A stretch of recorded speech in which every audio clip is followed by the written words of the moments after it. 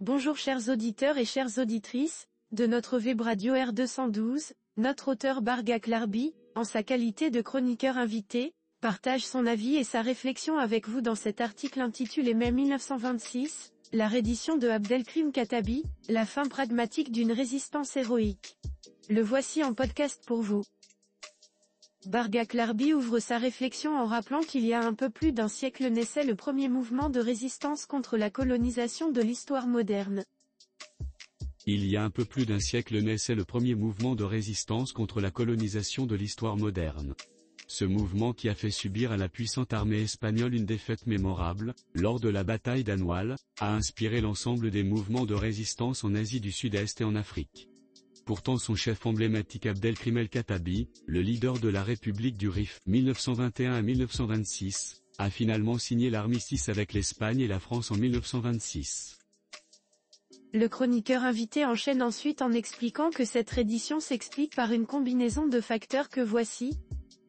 Cette reddition s'explique par une combinaison de facteurs. 1.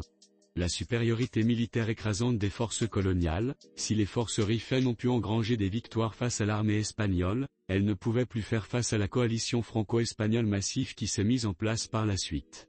La France, initialement en retrait, a engagé des troupes importantes, jusqu'à 250 000 soldats, et utilisé des bombardements aériens intensifs, des armes chimiques pourtant déjà interdites à l'époque et une stratégie d'encerclement.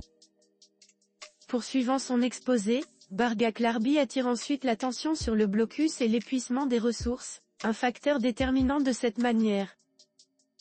2. Le blocus et épuisement des ressources. Les Rifins, isolés et sous blocus, manquaient d'armes, de munitions et de vivres. La guérilla ne pouvait plus tenir face à une guerre totale. Bargak Larbi enrichit son argumentation, en évoquant également le manque de soutien diplomatique et l'absence de pression sur les puissances coloniales ainsi. 3. Le manque de soutien diplomatique et l'absence de pression sur les puissances coloniales. Espagne et France ont refusé toute négociation politique, exigeant une reddition sans condition.